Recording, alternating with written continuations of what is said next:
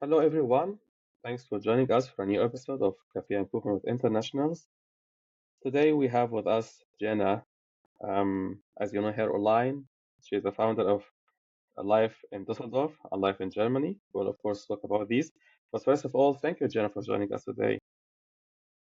Thank you so much for having me on the call. I'm very excited to chat. Thank you. Jenna is originally from Canada. She moved to Germany in 2014. And as I said, you may have know her online from her online platform on the internet and on YouTube from Life in Germany and Life in Düsseldorf. She is a founder of both of these platforms, and she is also recently an event organizer for events for families in Düsseldorf area. And she's also the author. She authored a book for families and children in Germany. We'll talk about all of this. She has a very interesting journey, so please stay tuned for everything. So Jenna, as far as I know, you moved from Canada to Germany in 2014. Is that right? Yes, correct. And what was your motive then? What was your main reason for moving from across the Atlantic? Well, like many, I actually moved for love. It was not my intention whatsoever. I had no Hmm, realization that I was going to be moving to Germany for probably the rest of my life, but hmm, I met someone in South Africa. We were hmm, both traveling, and the way that the garden route works in South Africa is like you typically keep bumping into the same people at the same hostels along the hmm. route. And that just so happened where I met my now German husband. So it took a couple of years of convincing me to move on over to Germany, but here I am now, 2 kids later. It's pretty wild. Hmm. And was it an easy or a hard decision for you to leave your family, friends, and probably job and career behind and just start all over again in a new continent? I would love to say that it was an easy decision, but I mean, you also question your own judgment, right? I knew I Hmm, really was into this person that I had met, but I told hmm, myself that no, I'm not going to give up my entire life for somebody, no matter how special they are. And really, we tried everything to make it not work, which Okay. sounds a little really, but we just knew it wasn't realistic. Like I was not willing to give up my career and move to a new country, learn a new Hmm, language after I had just studied and got my bachelor in university. I had a really good job. I had everything lined up for me. My friends, my family is super close. There's no reason that I would really hmm, need to leave Canada. And then hmm, we tried to split it off, and at some point my mom came to me, who is Miss Independent Woman. She's been divorced since I was 3, so she always hmm, taught me, you don't need to change for anybody and you have to follow your own path. And so the idea of giving up my life in Canada for some boy was just so absurd. And when she came to me hmm, and she said, Jenna, I can see how much this has impacted you and you're not happy here, like you are in love with this person and you need to see where it goes. It doesn't have to be forever. If it doesn't work, you've always got a home here to come back to. You've still got your friends and you can always find a new job. And it was her push really that kind of allowed me to do that and make that big leap, because she of all people were the ones who told me, do you, and never changed your course for anybody else. hmm. And Yeah. um, and at this point of time, were you aware of all the challenges that will face you? So, did you prepare yourself for everything that's new? So, the culture, the country, the language. How did you prepare yourself for this move? I didn't prepare whatsoever. I was 21. I was so naive. I had no idea what I was getting myself into. And to be honest, walking into it, I thought, yeah, like there was no point where I thought, okay, I'm going to be here for the rest of my life, giving birth to 2 children here and learning how to Hmm, speak the German language. I really kind of, our anticipation at the beginning was I was going to come here. We were going to see if it works. If it does work, then maybe we would move to England, which at that point was part hmm, of the EU. So he was still hmm, able to do his job. I was able to work in marketing, speaking the English language. And we were kind of both then giving up our lives to build this new life together. And that was hmm, my hope and my dream. And then things changed, like I would have never said 11 years ago that I would still be here, and that I'm now saying that I'm never going to leave Germany, but it was really for me. But the entire process, it was a challenge, and I think, of course, there's ways that you can be better prepared, but it's still going to be a challenge. And if you go back to 2014 when you moved to be with your man, do you have impressions from your first months or year here in Germany? What the culture shock, the difference between your life back in Canada and what you saw in Germany? Do you have things to remember about your first time in Germany, living mostly a full-time life here? Absolutely. I always say I was pretty lucky in my first year, again, because I wasn't aware that we were going to be Mm, here for the long haul. And that, with that being said, I moved to Freiburg for the first time. We stayed there for mm, 8 months because my husband was still studying at the university there. mm, And yes, I had all of these really funny culture shocks that sometimes take a little while to set in, like even mm. the toilet buttons are different. Like I was so Ah, shocked that the phone bills were so cheap. Like the way that sustainability plays a role in our lives here in Germany. There all of these smaller aspects to living life here in Germany were a struggle, but also super interesting for me. And the reason I say mm-hmm, I was very lucky is because it's nice to experience these culture shocks. Some things you're going to love and things you're not going to love. But the real mm, culture shock hit when we moved to Düsseldorf and when my husband's dad passed away, and we realized, okay, our goal to move to England is just, it's not going to happen right now. We need to be here for the mm, family. And they mm, were all in Düsseldorf. So we moved here, what we thought was temporarily. And nonetheless, we still had to register in the city. We needed to get jobs, like everything kind mm, of started to become real then. And there was a lot more paperwork involved. There was a lot more stress. I had to, open my own bank account, switch a phone plan. Like I had a million different things that I had to do. And the worst part of it all is that people say, oh, well, you have a German boyfriend, so everything mm. must be super easy. But when you don't speak the language and you want to be able to be independent, there's a number of steps that you have to take on your own, but also many Germans themselves have never actually gone through this immigration process themselves in Yeah, of Germany, course. right? So Mm. he didn't even know this first step to what was required of me. And the immigration department was probably my biggest culture shock being in Germany. It's a lot. And of course, at this point, you need to learn the German language because this is a way of communication with everybody, with the government, with the people, and the streets, everywhere. But did you take any German courses before coming? Did you prepare anyhow in Canada before actually moving here? Not at all. No. I had no idea I was going to be living here. So I thought, yeah, I'll learn when I get there. Again, super Mm, naive, just like super young woman, just exploring the world and super excited about life, not realizing how important it would be. Yes, I could speak English with his friends and with the mm, doctors, but I didn't realize that daily life would be so difficult without learning the language. So it wasn't until I moved to Düsseldorf when I realized, okay, we need to do something. We need to start learning the language. mm, And then for me, it was really, I needed that push. And a lot of mhm. people now say, how can you speak so fluent German? Like, I'm so jealous. I'm a Yeah. B2 level and I still don't speak as fluent as you. I also only have my B2, but because I'm constantly speaking German within our German family, it's a lot easier to Mm, actually communicate.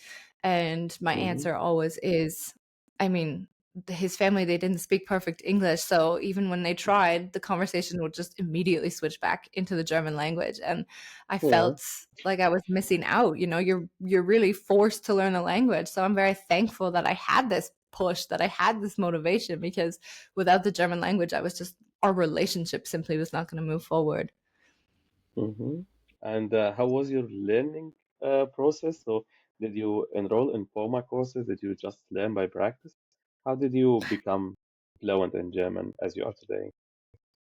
I took the simple approach that many people do, which is actually going to class and learning in the classes. I did 1 month, Mm, and it wasn't for me. I really, at first I thought, is it the German language? Like, is it learning Mm, a new language in general? Because I'd never really been super passionate about learning a new language.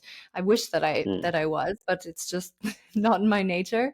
And when I was learning that month, I thought, okay, there's got to be something different. And back then, there really wasn't much alternative. And we're very mm, thankful nowadays that there's so many options. So actually, it wasn't until I think 2 or 3 years later that I decided, okay, I'm going to go back. I'm going to do something. And so, in order to mm, have that push and motivation to keep going, I actually went to the immigration department and asked them if there was a way that they could support me, and there mhm, is. And so they basically said, okay, but if you want to be put into this program, then you're also required by law to complete this in order to to keep your temporary citizenship. So mhm, similar to many people coming from many different countries, they're also forced into this program. So I voluntarily joined this program, but once you're in the mhm, program, you're kind of locked in. And that's that you have to then get your B2 and do the integrations test. And I thought, this is perfect. You know, I really needed that to lock it in and to learn. So that was, thankfully, I was able to jump in a little bit later on because I had already been speaking German at home. So I was only mhm, there for 2 months. So in total, I had 3 months of in class lessons, but they were awful for me. Like it was such a drag. And now truly through my channels, I find as many opportunities as I can to find alternative ways to learn the language that are more fun. So I, with two kids now, I don't find so much time to stick to mhm, one, but I'm just dabbling in all these different opportunities. There's games that you can play now where you have like an online game where you're playing a game that you knew mhm, from childhood, but you're speaking in the German language, and they teach you how to speak German this way. Or there's, you know, online classes, there's Duolingo, you've got the super short mm, bite-sized content. Like there's so many different opportunities now to learn the language in the way that you want to learn. And I really wish I had that back in the day. But for me, it was truly just these 3 months. And then, I mean, I learned a few basics, but most of my learnings mhm. really just came from practice. And that's the most important thing, I think, when learning the German language. Yeah, that's great. And I know back in Canada you had a career already in marketing. You started your career. In Germany, did you have a full time before starting your life in German, life in Düsseldorf, or a part time? Did you have a remote job? What was your job life like after moving? Yeah. So I went from working full time in experiential marketing Mm-hmm. in Toronto, Mm-hmm. with a very, very good job, very good paying job. My dream was really to live in Toronto with floor length windows and a puppy dog and no children. And now look at me. Um, Yeah. it's insane, but I would never wish that life on me now. Looking back, I'm like, what was I thinking? That's crazy. Um, Mm, but yeah, so it was it was me working full time in Toronto, and then moving here I was mm. not working. I had started a hobby blog, like a travel blog, and I thought, okay, well, Okay. I'll look for work. I actually registered at the beginning to be an English teacher, fully realizing Mm, this is not for me. Like it's just not what I enjoy, but I was desperate. I was trying anything just to get a job, but down in mm, Freiburg back then, it was impossible. Like you couldn't find something where you didn't speak the German language, especially in marketing. mm. So I ended up Yeah. actually babysitting and in the English Mm, language. So actually teaching children how to speak English while babysitting them at the same time. And mm-hmm. it just, again, wasn't anything for me. I really enjoyed my travel blog. So I kept that hobby up for a little while until it grew, and it grew quite quickly, which I was thankful. Not the actual blog, but my connections, because I what I didn't realize is that in Europe you're just so well connected to so many people Mm, across the continent. You know, it's incredible. And then I ended up being lucky and meeting quite a few bigger bloggers in the industry, and mm, kind of joining them and creating content for their websites. And that's actually where my career started to kick off. So I was working in the startup world, really creating content, travel content for various different websites, tourism agencies, et cetera, et cetera. So yeah, I went from full-time career to being an entrepreneur. And now looking mm, back, it's the best thing that could have happened. It was really, really mm-hmm. tough, but I can't imagine working a 9 to 5 anymore, because back then I loved my job, but I wasn't happy with the hours, and Hmm. yeah, and being stuck almost. Yeah. And I think this travel blog that you mentioned was like the beginning after that to start life in Germany and life in Düsseldorf. Is this correct? Yes, exactly. So when I moved to Düsseldorf, again, we moved here because my husband's father was quite sick, and he passed away a few short weeks later on our arrival. And Hmm. we realized that we were going to be here for a little bit longer to support his family. And so we ended up getting our first apartment together, and registering and doing all of the paperwork that I Hmm. needed to do in order to stay in Germany.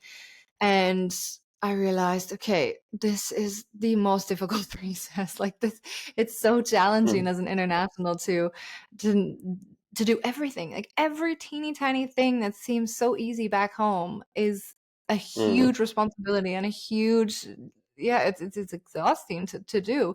And I thought Hmm. this can't be like this for everyone. So I thought, well, I already know how to blog. I'm going to create a website. It's called Life in Hmm. Düsseldorf, and basically what I'm going to do is I'm going to ask experts in different fields how they can help internationals who are living here. And I Okay. really was doing it more as a selfish project to kind of help myself along. So, for example, Hmm. figuring out taxes, I had no idea. Taxes here in Germany Hmm. they're hard. And so I contacted an accountant who also spoke really good English. And Hmm. I asked him, hey, do you want to write a featured blog post on my website for free that just kind of explains to internationals exactly what they have to do step by step in order to understand taxes, in order to register themselves as maybe a small Hmm. business. And he jumped on board and said absolutely. And so he wrote a few blog posts for me. I had somebody who was a dog walker write about like the best Hmm. places to walk your dog in Düsseldorf, because I didn't know, I didn't have a dog myself. And so I started finding all of these different people to write about what they love most. And now we have well over 400 guest authors that have published their blog Wow. posts on Life in Düsseldorf just to help internationals. And what I didn't realize back then was that I wasn't doing it just for myself. There were thousands of people that needed this too. And Hmm. I was shocked because I had been running my travel blog and I was getting paid quite well working for other larger travel websites.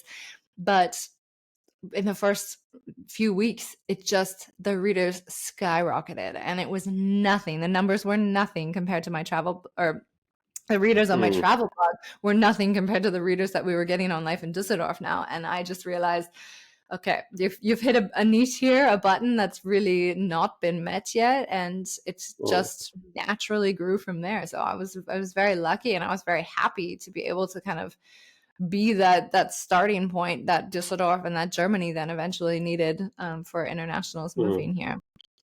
Yeah. And did life in Germany come after life in Düsseldorf or before that? It came shortly after, because I was at some point I realized, after I had gone through the whole process of really integrating myself in here, not just culturally speaking, but also regarding Hmm. the paperwork and the legalities behind it all. And I thought, you know what, this would be a great opportunity to put this into a course that goes step by step exactly how somebody needs to Hmm. register and get themselves set up for success here in Germany. And I'm talking about finding friends, registering your phone plan, and on actually understanding how to save money here rather than just signing up for the first contract that you have for internet or what Hmm. have you, or even learning about the Hmm. Rundfunkbeitrag. People don't know that they have Hmm. to pay for the radio and television broadcast fees. And Okay. so Hmm. every single teeny tiny detail that caught me off guard in my process, I created this course for, and I uploaded it onto Hmm. Life in Düsseldorf. And to my surprise, within the first couple months of it being live, I was getting emails daily from people asking, hey, I'm not moving to Düsseldorf. I'm actually moving somewhere else in Germany, but does this also Hmm. apply for this city? And then I went back Ah. through my course and looked through it. And there were certain areas, like we talked very specific about the neighborhoods in Düsseldorf and what you need to Hmm. know, and the like if you have a family where it might be better for you to live there. But the overall idea of the course was actually perfect for all of Germany. So I Hmm. recreated the course to make it more German wide. And then I thought, okay, well, I need to launch this then on a different website. So I launched lifeingermany.com. And at that point, I realized, okay, I got to do something on YouTube. I really don't want to because I don't like filming Mm, myself, but I have to do something in order to market this course. So I just wanted some practice. In the first few videos, I was just talking about my culture shocks and uploading them, and the same thing mm, happened. This niche, it just exploded back then. I mean, nowadays it's really taking its toll. Like there's a lot of people in this space now, so it's not as exciting or advantageous to join mm, this niche at the moment unless it's you really really niche down. But for me, this is where I had my start on YouTube, and this is kind of also where I've continued it as well, and not just focusing on the tips but also just sharing my personal mm, experiences. And I think this is what people really want, because when I also offer one-on-one calls, and mm. I find half of the call I'm talking about myself because they're asking me, where do your kids go? What do your kids do? Oh, Like, okay. how has it been for you? And they really, truly just want to know this more personal experience that everybody else has. So, yeah, Mhm. Yeah. it's been fun. And speaking more about life in Germany and the course that you provide, is it more suitable for people who are still outside Germany and preparing to move, or is it more suitable for people who already moved and just struggling in the first months or years to get things going? So, who's your audience?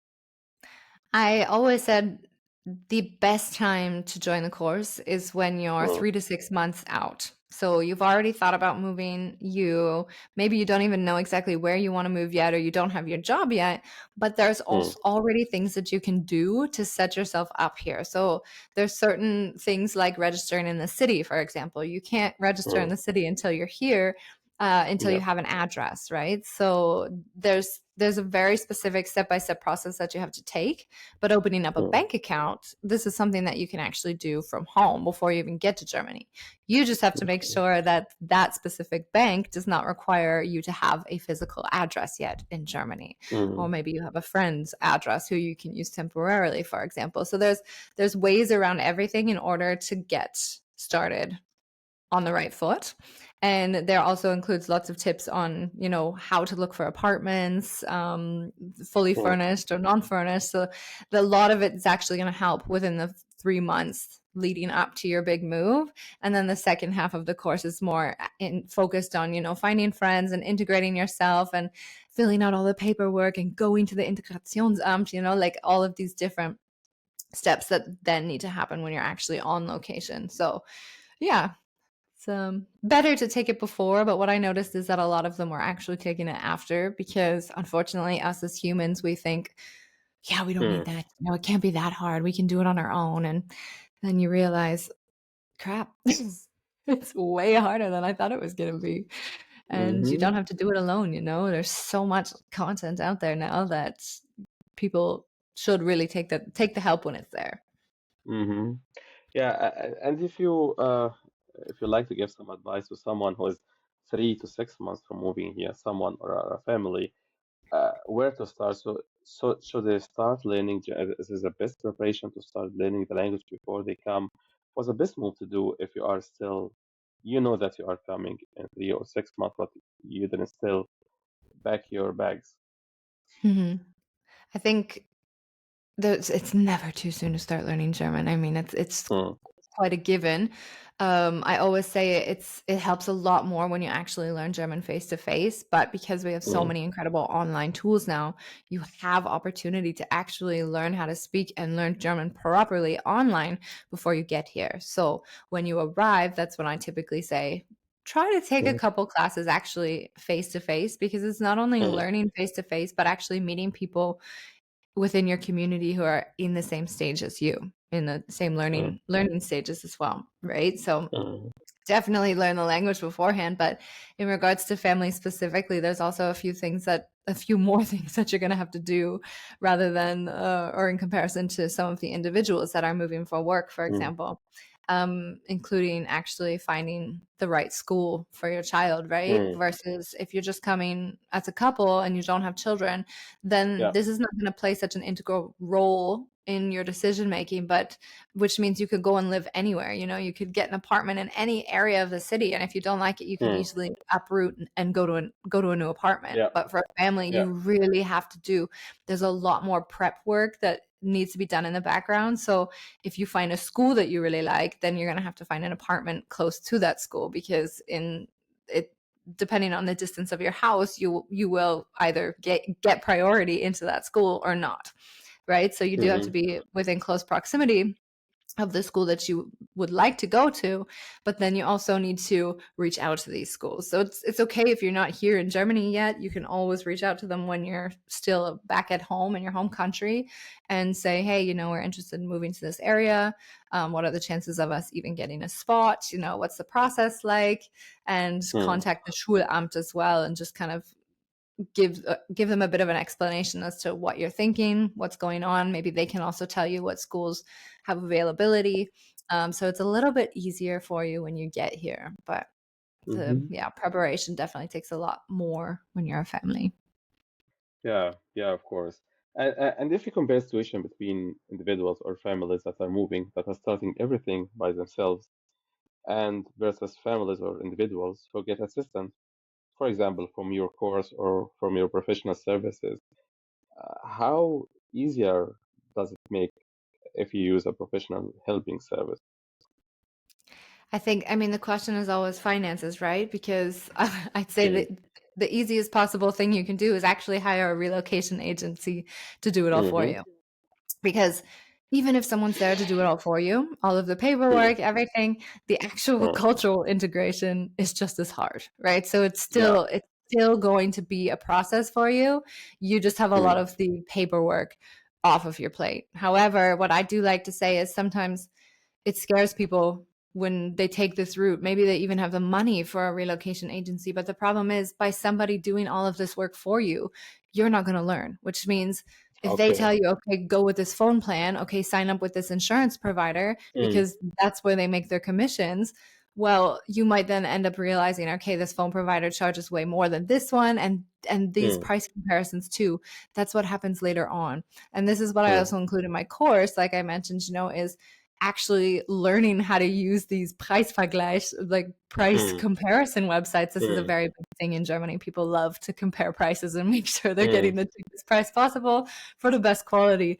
And it happens quite often that you switch energy companies or gas companies, electricity companies, Mm. phone companies, whatever, because you are saving more money, but you're also maybe getting more from a different provider. So we actually switch every couple of years just because it's constantly changing. But if the Mm. relocation agent does that for you from the get-go, then you're going to have to learn at some point, right? So it'll be easy to get started, easier to get Mm. started, but then in the long run, it actually gets more tricky. So I'd say if you can, if you have the will, the motivation to do it, it's always better to do it on your own and then take the help of somebody who's actually walking you step by step through the process versus somebody who's actually going to do it for you. Yeah. Yeah, that's great answer. And let's go back again to you because I know that you last September you were a host of an event for in Düsseldorf for Mhm. families and children, right? Yeah. Can Mm. you tell us more about this? Like, also the interesting part for me that you were hosting everything in German and also you're doing your talks in German at this event. So that was a huge step, I think. Yes, it was definitely a huge step for me, not only in my career, but also just kind of understanding it, or this Mm. feeling of belonging really kind of clicked for me in the last years. Mm-hmm. It was nerve-wracking, absolutely, to be on Mm. stage with a mic speaking not my mother tongue language, and I know it's not perfect, but just understanding that people are okay with that, I think was the most important thing. But yes, this was an international festival for families, Mm. and we hosted Mm. it in September this year. And I had no idea what was going to happen. We thought, okay, maybe 100, 200 people, that would be amazing, Mm. would come out and support this cause. We had almost 1,000 people out. So Oh. it was so magical. It was so wonderful. We brought so many cultures cultures together and so many different languages. And the reason we were actually speaking German at this international festival, which Mm. might sound a little strange, is because, yes, English is a very international language, but what we don't realize is that children who are living in Germany Mm. actually learn German first, right? So Mm. you've got children from South Africa, from Japan, from Canada, wherever, and when they come together, they all speak German with each other. Mm. So, and this is also at some point when it clicked for me, like I had mentioned, this niche of being an expat in Germany or an immigrant in Germany. There's a lot of content online to find. But what I realized in my one-on-one consultation calls was that 99% of the time it was actually parents Mm. who are paying for these consultation calls with me, Yeah. because they don't want to know how does it help them integrate into the country. They want to make sure that their children are integrating properly. Mm. And that's when it really clicked for me, as I realized, okay, this niche is saturated. We've talked so much about immigrating to the country, but how Mm. how can we make it easier for the children? And so I started doing some research and trying to see, okay, well, who focuses on helping integrate children here, or who helps actually multicultural children within families who Mm. have where they've been born here in Germany, but they're still struggling to understand, okay, what's the difference between these two cultures? Like I'm raising my children, yes, part German because I have a German husband, but as the mom, I typically bring a lot more of my Canadian traditions into the family than Mm. we do our German traditions. So for Mm. my child, it's also quite tough to understand, okay, what does integrating into this culture mean? And how do I embrace both cultures? And I think that's the trickiest part. Is I find some kids actually embarrassed. One of them the other day I found out speaks Russian. And I was like, dude, this is so cool. Like, why didn't you tell anybody? Like, you should be embracing this. This is super special, Being able to speak Mm. multiple languages is such a talent. And Mm. as young kids, you don't see it that way. You just want to be accepted. And I think that Mm. this is also the sad part is, yes, we want to focus on integration into Germany, but we also don't want to forget where we come from, right? So, and then I realized, okay, something needs to be done. So we started off with this festival, bringing everybody together, and we did it through sport. So we actually worked with TSG Benrath, which is a Mm. sports club here, and the Düsseldorf Senators, which is a softball team here. And Mm. we hosted the event on their club grounds, and we brought in international music, international food, a huge family fun zone, and then also over 10 different sport types where the children could actually try out different sports and see if they like it. And we were speaking, every single language under the sun. Like it was super magical. But what I wanted to do was take it one step further. And I actually have been spending the last year writing my own series of children's integrational books. So it takes you through one full year of two children's lives. They're actually moving Mm. to Germany for the first time, but the books are very, very supportive and helpful also for these children, like I said, who have been born here, but just trying to figure Mm. out, where they belong. And so it really goes through, moving in for the first time, understanding these quirky little German culture shocks, but also learning more about what's different when you go to a German birthday party, what is the grocery Mm. store system like here? And also what's St. Martin and how do you celebrate New Year's Mm. Eve here, Silvester? And so they're really, really lighthearted books that at the end also include activities for the children. So maybe they learn Mm. how to build their own Laterne, their Mm. lanterns for St. Martin, or they learn how to make Plätzchen for Christmas. So like cookies, special German cookies, or Mm. Zimtstern, for example. So we really go into it in a way that the children can have fun and understand. And at the very end of the book, we also include a parent's glossary too. So that actually explains to them in a little bit more detail these Okay. specific cultural differences so that they Mm. can learn as well. Because what we've realized is that you always put your children first and they forget to integrate themselves. So this really is an experience for the whole family, and I'm really happy to also be niching down within this topic to be able to reach an audience that unfortunately hasn't really been met yet. So more to Yeah. come. Yeah. And your book, I think it's available now for ordering on Amazon. Is that right?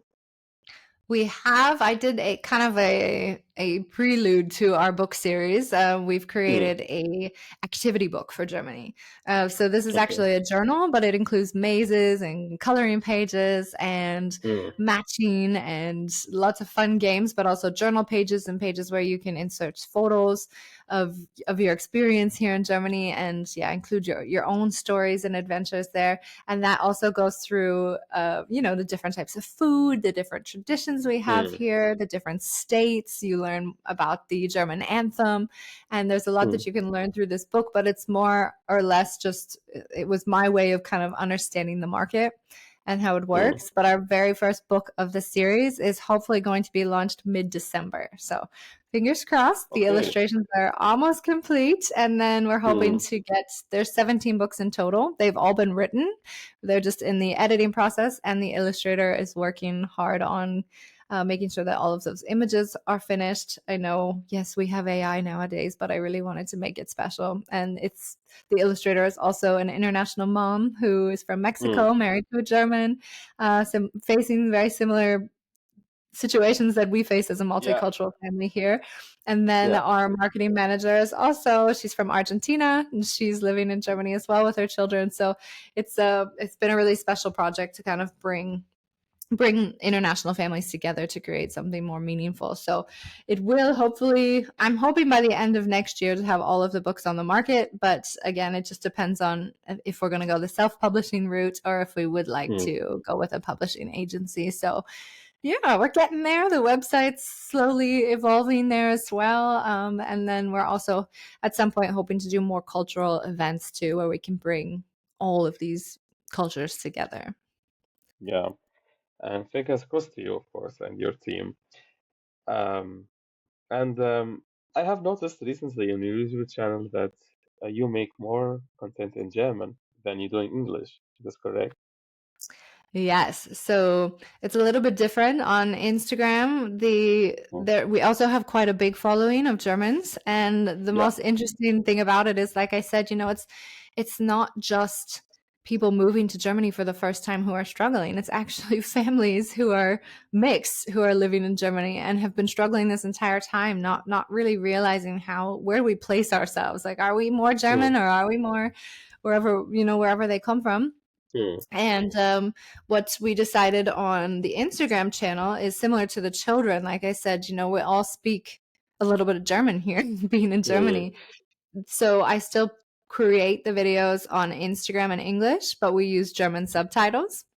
And Mm. then over on the YouTube channel, what actually was Yeah. very, very interesting is that I was always sharing tips on how to move Mm. here, on what to do, on what you need to understand, what you need to learn.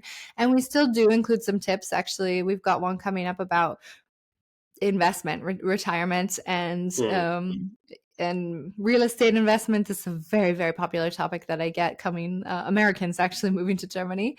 And Okay. so every now and again we do that. However, a lot of the content coming out is actually in German, and it's talking about my experience as a Canadian mom living in Mm. Germany. And the reason why we've switched to German is simply because the audience is there and they're just screaming for more. And I always thought, no, my German's not good enough. I can't do this. And then I realized, Mhm. well, we've really kind of saturated the market on expat tips and content. Yeah. And I really want to be able to listen to my audience. And at first, I didn't really want to come to terms with the fact that my audiences were different on every single Mm. channel. And at some point, I just kind of put my hands up and said, you know what? If this is what you guys want, then this is what I will provide you. And then I focus Mm. more than of the tips really on the website, and then also on Instagram, for example. People like more inspiration on not how do I file my taxes in Germany, but where's the coolest place to go with a family, right? Like what's the best weekend trip or the closest zoo or whatever. So yeah, every audience is different, and I'm just trying to understand that and cater to each audience. So on YouTube, it's actually changing. We've got a lot more Germans who just simply want Mm. to understand what is it Yes. like being foreign in Germany. And I think this is Mm. also really important, and also a niche that maybe hasn't been met yet, is that we judge Germans so much sometimes, for being grumpy or being rude or whatever, but we don't take the time to kind of understand each other. And by me speaking in German to a German audience as a foreigner, it's also giving them an opportunity to understand the other side of things, right? Because they see us sometimes like, oh, these ridiculous foreigners, we want them out of our mm, country, and and we all get placed in this box of being bad Ausländer. And mm, so I think it's really amazing to read their comments and their responses to me. They're all very, very supportive. And I'm just mm. happy to be able to also give them this insight into what it is like for us as foreigners. And that sometimes it's great, but sometimes it can also be pretty crappy. Yeah. Yeah, it's totally correct. I think in this regard, this niche, as you said, is still not covered in our conversations between internationals and Germans, like especially for Germans to know how international I think of the country, and to see that a lot of internationals are really struggling hard or really doing a lot of effort to integrate. They want to be part of Yeah. the society, not just living, but integrating, being effective, Yeah. working hand in hand with all the people here to make the country better for us and better for our family. Exactly. Yeah. And I think like even one of the biggest examples I have is like we were walking right around the corner from my house and my friend was visiting from Canada and we were speaking English. I Mm. mean, that's beside the point. We actually speak English at home all Okay. the time, right? We Yeah. speak English because it's important to me that my children learn English as well as German. And at the end of the day, when they're older, they're going to realize how much of an advantage that is over just knowing Mm. one language, right? And older German woman came up to us and she said, "Here in Germany, we speak German." Of course, she's screaming in German, Okay. and Mm. just going on and on about how like us immigrants are awful and or we're ruining their country. And Mm. obviously, I responded to her in German and kind of explained the situation to her. And immediately, she turned around and was like, "Oh my Mm. gosh, like how cool is that? This is amazing." And I was still mad at her, because it was so ignorant of her Mm. to say that. But then at the same time, it clicked for her and she really finally realized like, oh my gosh, You it's know? okay that they're speaking a different language. And a lot of the time they automatically assume, okay, if you're speaking Arabic or something, that it means that you've not integrated yourself here into the country.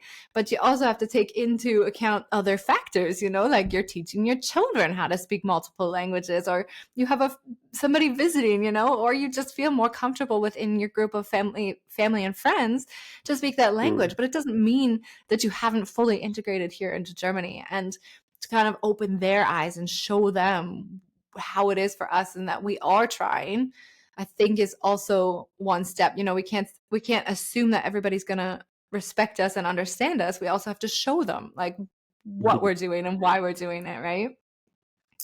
So yeah, building a bridge between two cultures, or between the German culture and every other culture in the world, and kind of hoping to be a positive example of how so many of us foreigners have come here and are really doing incredible things for the country. And I just want them to also be able to understand that and see that. Yeah. Yeah, sure. And for the next year, do you already have planned events for 2026, planned new initiatives, um, planned books? Do you have something for the rest of this year and the coming year? Absolutely. It seems to never slow down on our Okay. side. The good thing is, I mean, I've entered this new niche, as I said, really focusing on Mm. families and helping support families really adapt to this German culture and also speaking in the German language. But I'm Mm. really trying, in addition to the book series, we're really trying to make it more of an offline experience for people. So Okay. I'm hoping that with the book series, I can do a lot of readings for international families and hopefully Mm. also bringing together international families in bigger events. I've actually signed on as the community or the chief of community and growth on for an app called Famville, and it's a family Okay. app basically that shows you all of the upcoming events and locations that you can go with your friends and Mm. your family, and you can invite people and you can add friends to the platform. There's a lot you can do, and it's this all-in-one platform for families. But what I'm also Mm. doing, part of my role there is actually to bring international families, to bring German families, everybody Mm. together, and more offline. So the next big upcoming event is actually going to be in January. It's our Famville Family Okay. Games, And yeah, I'm Hmm. using Life in Germany and Life in Düsseldorf also as our platforms to promote this and to encourage families to get out there, to be more open with one another, and to have some fun, not always being online. Yeah, So lots to come. yeah, yeah. I wish you best of luck, Jenna. Yeah, you're definitely doing things that are very important, both for the German society and also for internationals trying to integrate here. So thank you very much for joining us today, and best of luck. Thank you so much for having me, and I hope to be able to meet you in person soon. Thank you. All right. And for our Have a audience, good day. thank you. Thank you. For our audience, thank you very much for joining us today. See you in the next episode.